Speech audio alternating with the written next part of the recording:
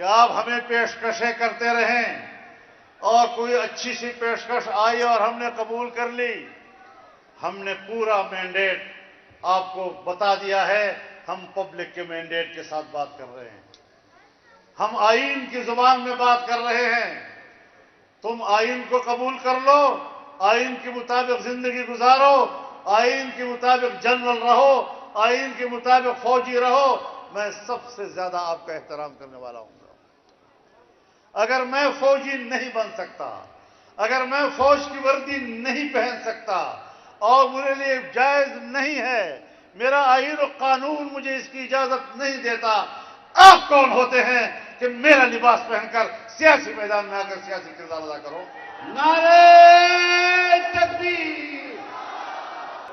اگر حالات آگے بڑھتے ہیں اور معاملہ جیلوں تک جاتا ہے تو جائیں گے یا نہیں؟ جائیں گے انشاءاللہ, جائیں گے. کھڑے ہو جاؤ, تمام کھڑے ہو جاؤ, ہاتھوں میں ہاتھ دے دے, کھڑے ہو جائے, قید کے ساتھ یکجہتی کا اظہار کریں. تو میرے محترم دوستو, یہ وہ پیغام ہے جو ہم ان اجتماعات کے ذریعے اپنے مقتدرہ کو بھی پہنچانا چاہتے ہیں, اپنی بیوروکریسی کو بھی پہنچانا چاہتے ہیں, بین الاقوامی اسٹیبلشمنٹ کو بھی بتانا چاہتے ہیں. ہم پاکستان میں غلام بن کر زندہ رہنے کے لیے تیار نہیں ہیں.